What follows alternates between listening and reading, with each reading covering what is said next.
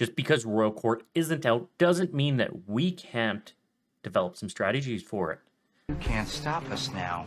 And if you're new here, my name is Krovikin, and I am a grand strategy player who loves developing optimal and min-max strategies within my playstyle. So definitely hit that subscribe button so that you can get more content from me. But yesterday, I was reading, finally, I was late this week. And I was reading the development diary from Paradox. I'm sorry, Paradox, I was late, but I was reading it. And as I was going through it, I was like, I need to completely change up my schedule for this week because I have an amazing strategy based on their development diary. All right, let's bring it over here. All right, so in the diary, they go over the new banners that they are going to be releasing, and they're artifacts within your court. So they go with the artifact system, and they look really nice. But we're going to look at one particular type of banner that they discuss. So we're going to scroll down here.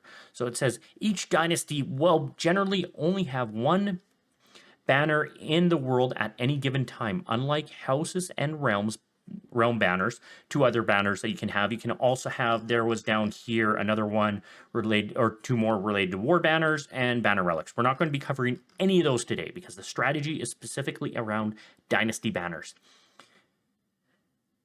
Unlike house and realm banners, which can be commissioned at will, dynasty banners can only be commissioned by dynasty heads, and only if one does not already exist within your range. I assume they mean diplomatic range by this. However, house heads of a dynasty will always have a claim on their dynasty banner and will allowing them to duel or wage war for them. Okay, so cool. We can go to war, we can grab our banners, or we could duel someone and grab our banner. Cool. But that's not where this interesting strategy comes in. All right, so we're going to continue on down. They continue talking about it. One thing that they mentioned here is to avoid unnecessary headaches. The AI knows that a dynasty banner, right here, really belongs to the dynasty head and is inclined to return it to its proper place if it ends up elsewhere, even if they are from another house, as long as they have good relationship with them. So as long as the person that had the banner and likes you, and you are now the dynasty head, they're going to give it back to you.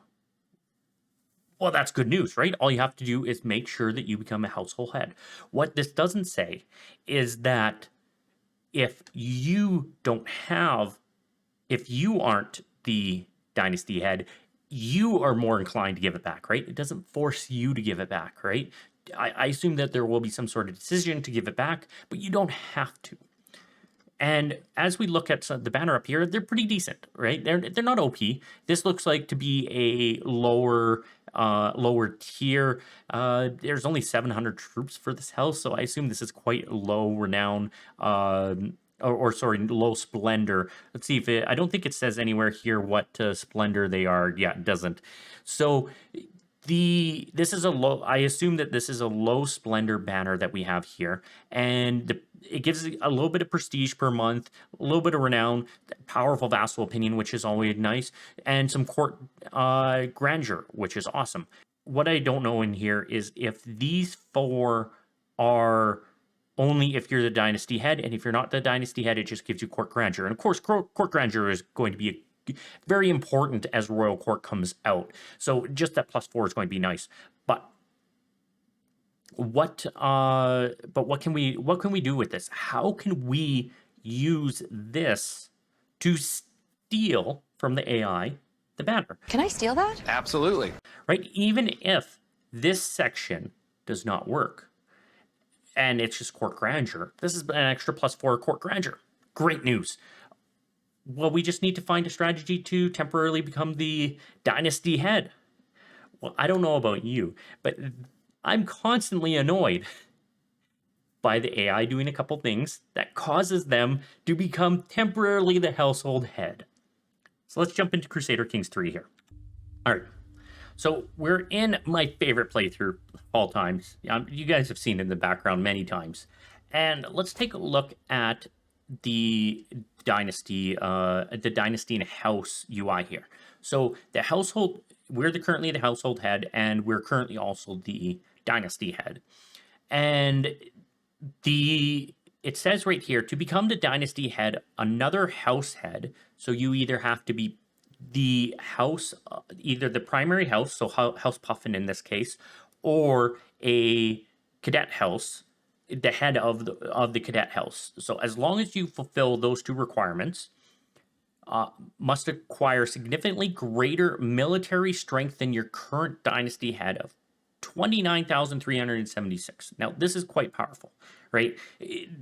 More than likely, what you're going to be in a situation where you have your household head has a lot less. When you begin your game, you're going to have a lot less total soldiers than what we have here.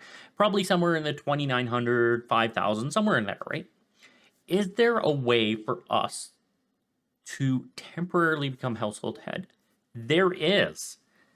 What we can do, and the AI annoys me with this all the time. Now I need to jump over here and it's going to be one of those videos where I jump back and forth, a little bit of dancing on each side of the screen. Okay, so we're going to come into the military. There's two things that we can do in here. Of course, we can go through and we can build a ton of men at arms.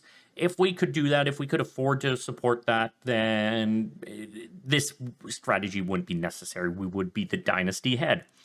But what we could do is, if we have a lot of gold, without doing anything, we can just buy mercenaries, right? The AI does this to me all the time, is that they buy mercenaries or they get special events where they can buy special hosts.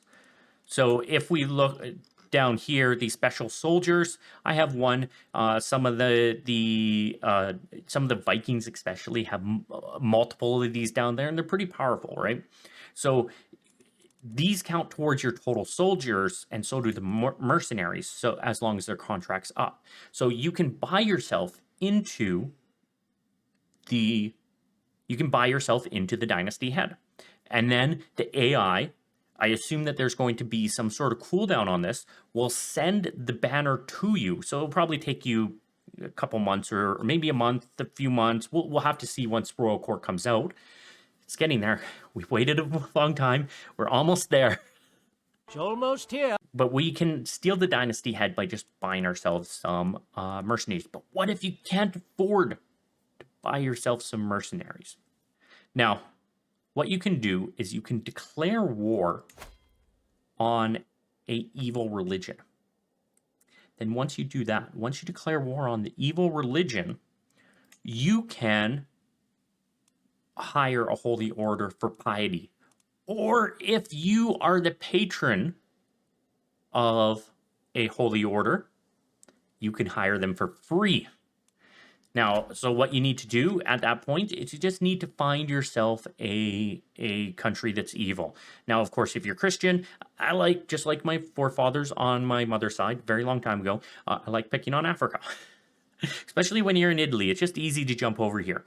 So yeah, I like coming into Africa and attacking them, doing some holy wars. I usually use it for upping my devotion level if I need to up my devotion level.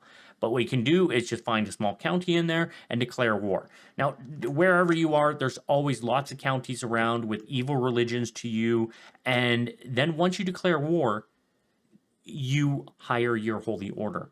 Now, your holy order counts towards your total soldiers, which then, of course, counts your dynasty head. So both of these strategies, both using the mercenaries and the holy order, or even the special mercenaries that you get through events, mostly the Viking events you get them from, you can really steal the dynasty head and end up stealing the banner. Now it's mine.